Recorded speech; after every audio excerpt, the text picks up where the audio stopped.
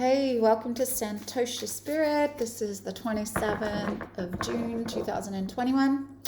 I have the Psychic Tarot today. Let's just see what wants to come through. We've got the moon moving into Aquarius. Yeah, groups, visions. Hold on to those visions, everyone. Don't buy into the story. If it doesn't ring true, create your own vision for the future. Create your own stories. You do not have to buy into the official narrative, the programming. Let's just see what wants to come through. That's my little spiel. So the moon in Aquarius, allowing your emotions to guide you to the greatest vision for humanity. That's your power. Yeah. Use your power wisely. Be aware of where your focus is. Sacrifice here. 12. So what? We've got a lot to... We could stand to sacrifice a lot right now. But the thing is, what we need to be sacrificing now is not our integrity. It's not our boundaries. We're not sacrificing our truth. We're not sacrificing our intuition.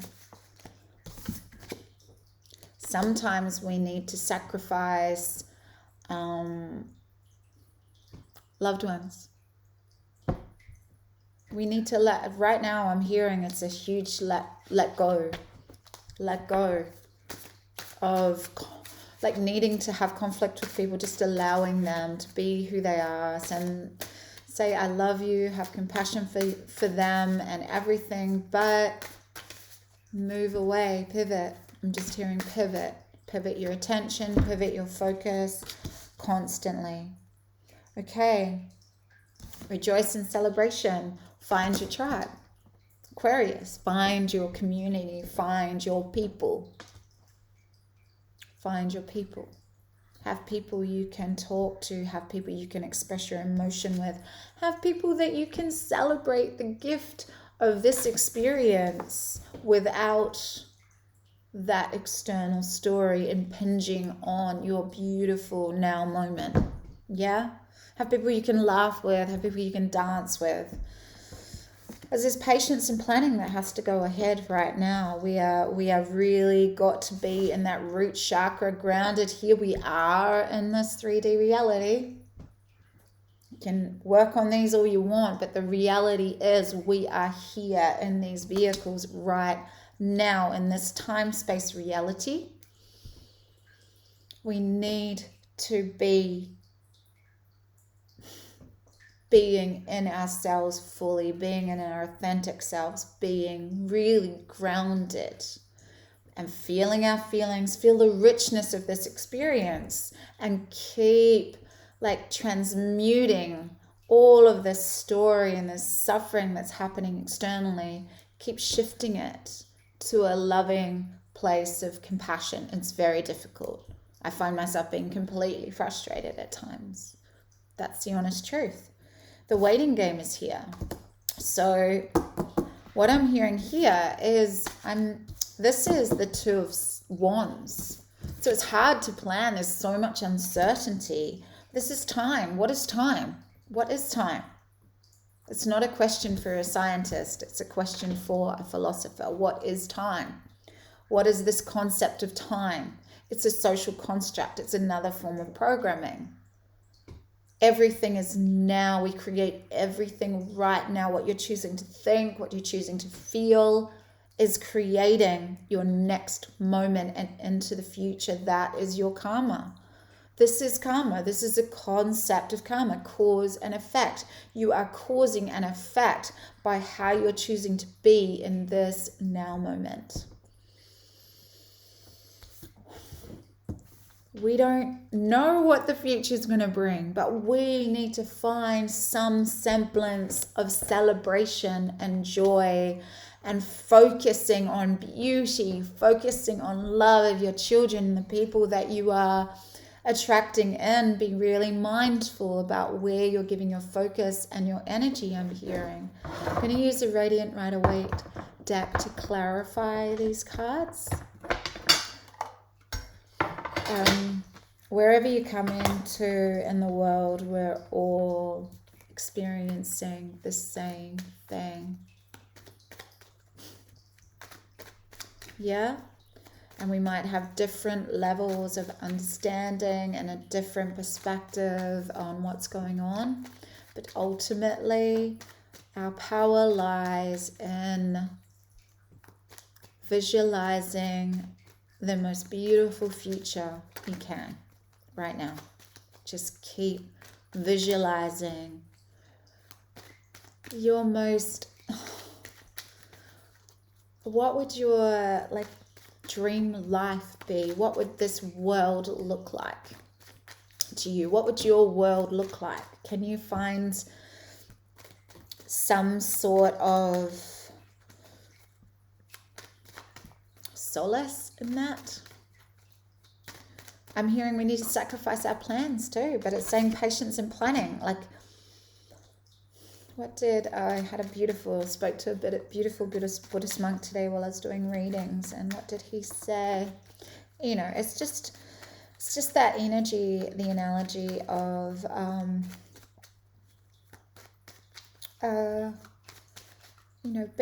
it's not an analogy. This is all about just understanding that life is what happens when you're making other plans. John Lennon said it. It is. There is not we need to be not attached to any outcome, because that leads to suffering. No expectations of outcomes, but just using your power of visualization to keep visualizing softly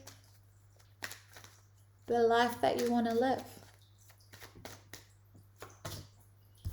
Because right now there's a feeling of abandonment, a feeling of victimhood.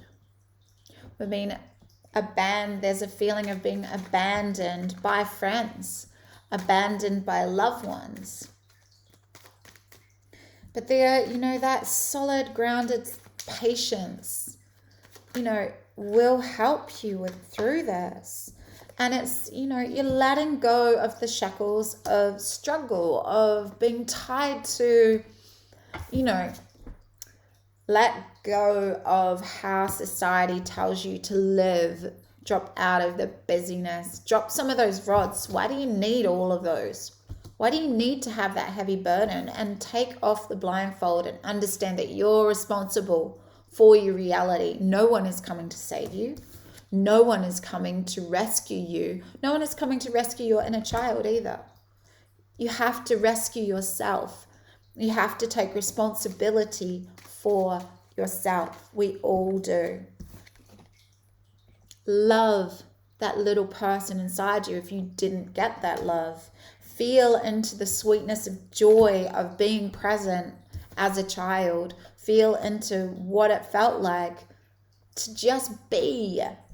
Be with the scent of the flowers, with the fairies, with the clouds, making pictures out of the clouds. Just feel into the sweetness of that beautiful, open-hearted innocence.